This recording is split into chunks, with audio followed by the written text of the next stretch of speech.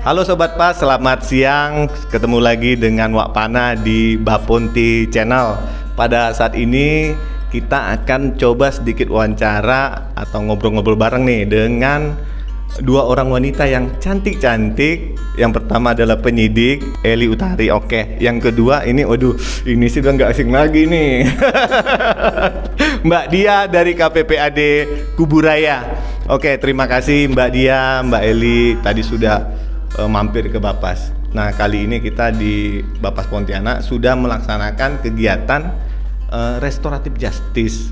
Saya mau nanya dulu nih ke Ibu penyidik nih. Bu penyidik, di Polres Kuburaya sendiri baru pertama kali melaksanakan restoratif justice untuk perkara anak di bawah umur ya. Tanggapan Ibu gimana ini, Bu?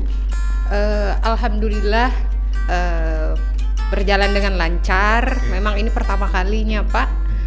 Bagi kami Polres Kuburaya bisa selesai secara kekeluargaan masalah anak-anak ini ABH. Iya. Kasusnya apa, Bu? Kasusnya persetubuhan anak di bawah umur. Iya.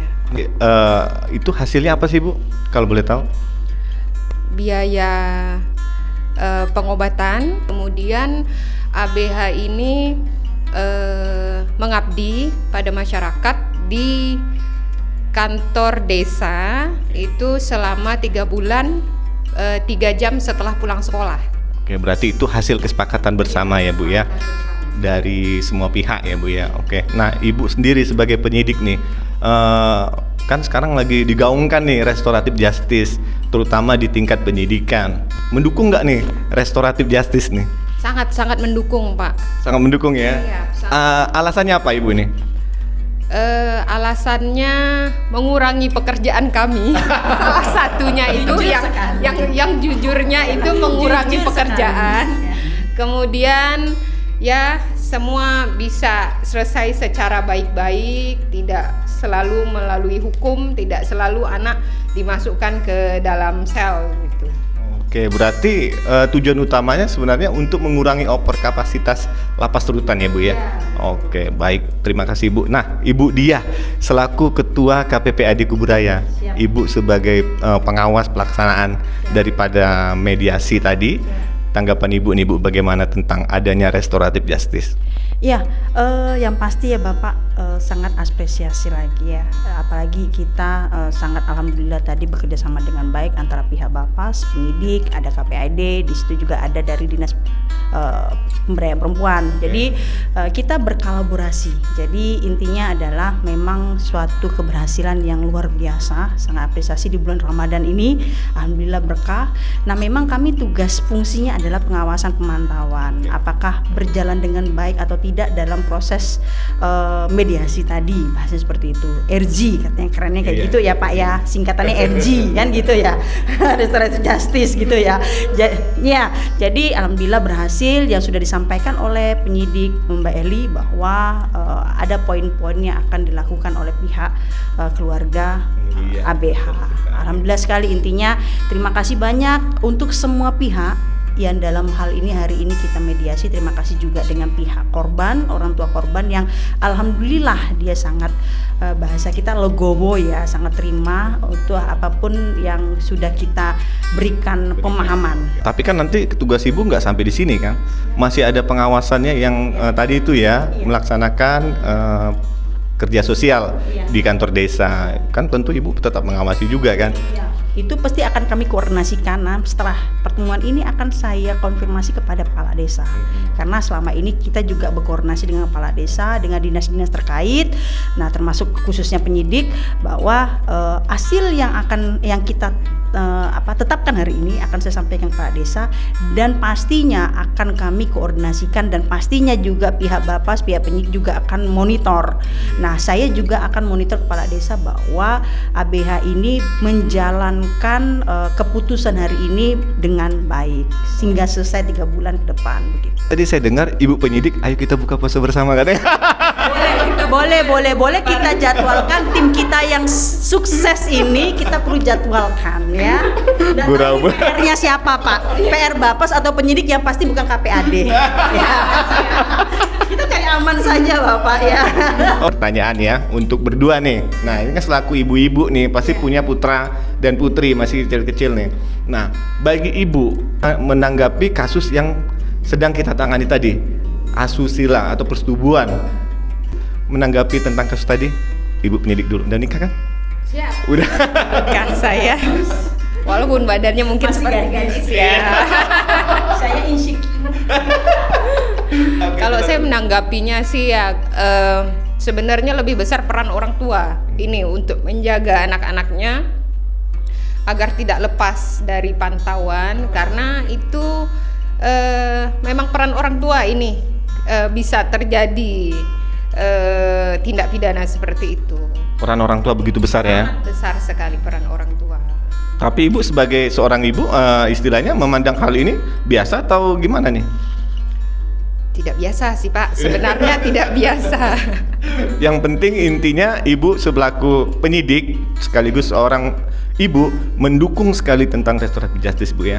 Agar nanti supaya dapat mengurangi overkapasitas di lapas rutan. Nah ibu sendiri gimana nih?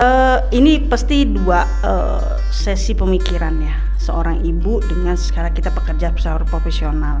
Secara ibu, manusiawi siapa sih yang menerima anaknya diperlakukan yang tidak baik? Emosi, ego itu manusiawi. Tetapi kalau kita bicara umumnya tentang perlindungan anak, bahwa apalagi ini ada pelaku anak ataupun itu korbannya anak, pelaku juga adalah korban. Korban apa? Korban kurangnya pengawasan kepada anak. Kan begitu. Intinya adalah ini tidak bisa kita persalahkan mutlak anaknya saja, tetapi yang kita persalahkan adalah orang tua kurangnya pengawasan dan pemantauan terhadap anak. Intinya seperti itu. Kalau kita bicara sebagai ibu, siapa yang terima anaknya diperlakukan seperti itu sangat pasti akan tidak terima. Kok kita bicara manusiawinya. Tetapi balik lagi kita bahwa kalau kita paham dalam proses profesional pekerjaan ada RJ restoratif justice, nah itu ada dasar hukumnya. Nah itu yang kita tidak bisa kita lepaskan, kan begitu. Berarti harus dijalankan ya Bu? Harus dijalankan, suka tidak suka, mau tidak mau harus dijalankan, karena itu sudah mandat dari aturan dan dasar hukumnya. Tinggal lagi RJ ini pasti ada tahapan-tahapan. Tahapan dalam arti begini, adanya kesepakatan antara kedua pihak.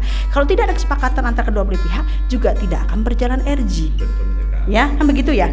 Jadi kalau hanya kita saja pihak korban, mohon maaf, itu sangat membuka lebar untuk program RJ, tetapi pada pihak pelaku itu tidak mau melakukan RJ atau tidak ada yang kesepakatan, tidak mengakui kesalahan, tidak ada etikat baik, juga tidak akan berjalan RJ begitu. Terima kasih. Nah Bu, kalau dari Polres Kubure sendiri ini adalah suatu prestasi. Kalau saya katakan demikian karena kenapa? Karena memang di bulan Maret awal kemarin kita sudah melaksanakan ya tentang rakor, rapat koordinasi sosialisasi tentang restoratif justice, yang dimana di situ dihadiri seluruh aparat penegak hukum di Kabupaten Kuburaya dan Pontianak khususnya. Nah, dan ibu sendiri hadir gitu ya. Nah, ini adalah prestasi. Kenapa saya katakan prestasi? Karena memang itulah tujuan dari pemerintah dalam menanggulangi overkapasitas yang ada di lapas rutan, sehingga dengan kebijakan restoratif justice tentunya itu harus dilaksanakan, suka nggak suka, mau nggak mau ya Bu ya. Nah itu adalah prestasi dari semua pihak dan juga dari KPPAD. Kalau nggak ada KPPAD sebagai negosiator, kacau kita. Besok PR, mohon maaf izin, besok kalau mungkin ada pertemuan itu KPAD juga diundang. Oh iya Mas. Dia juga terlibat dalam hal itu. Jadi setidaknya kami sebagai menambah pengetahuan ya, informasi-informasi, karena teknisnya di lapangan KPAD sering dilibatkan. Kan begitu. Walaupun mungkin di SPPA tidak ada nama KPID, tetapi teknis di lapangan penyelesaian kasus itu adanya sering keterlibatan kami. Jadi mungkin dari podcast ini bisa memberikan masukan apabila ada pertemuan berkenaan dengan RJ, itu kan menambah wawasan kami untuk kita berkolaborasi, kita sama-sama begitu. Kalau yang bahasa kami orang Kuburaya adalah kapung bakul kata Bapak Bupati, ya. Jadi kalau tidak menyelesaikan bersama-sama itu mustahil untuk bisa kita menyelesaikan apapun itu. Dengar tuh Bu. Ya, terima kasih ya Bapak. Oke, terima kasih ibu-ibu cantik ya. Nah, sebelum kita tutup, kita sama-sama sampaikan kepada Sobat Pas yang ada di Baponti Channel, kita sampaikan mungkin yang cocok apa ya kira-kira. Hidup restoratif justice boleh nggak kira-kira? Atau? Boleh ya?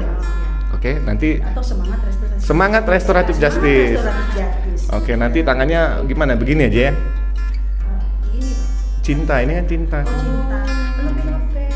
Oke, lope-lope, oke ya. Begini ya berarti ya.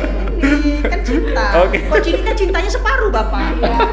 Tidak terbalas ya. Oh, cinta setengah. Ibu ini nggak terbalas katanya. Oke. Harus ideal.